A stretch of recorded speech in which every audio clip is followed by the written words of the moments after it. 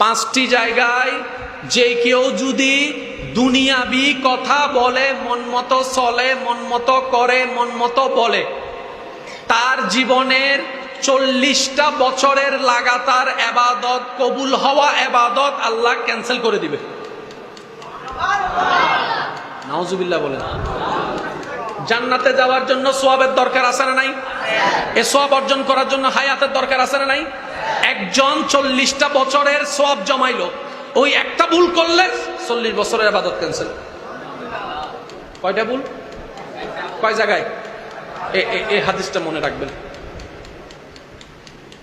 ফি তেলাওয়াতিল কোরআন, আপনার সামনে সরাসরি কেউ কোরআন তেলাওয়াত করতেছে, কোনো মাধ্যম ছাড়া, সেই আওয়াজটা আপনি ডাইরেক্ট কানে শুনতেছেন। আপনি পড়তেছেন, আমি এখানে বসে বসে আড্ডা মারতেছি, তাহলে কি আমি কথা বললাম নাকি কোরআনকে অপমান করলাম? আল্লাহ পাক বলে যে আমার কালামকে অপমান করে আমি তাকে রাখবো না, রাখবো না। ফেরেশতা 40 বছরের ইবাদত ক্যান্সেল করে দাও। কেউ কোন কোরআন তেলাওয়াত আপনার সরাসরি সামনে মুখ দিয়ে বলতেছে, আপনি কান দিয়ে শুনতেছেন। ফি ওয়াক্তিল আযান, মুয়াজ্জিন মুখে আযান দিতেছে, আপনি সরাসরি কান দিয়ে শুনতেছেন।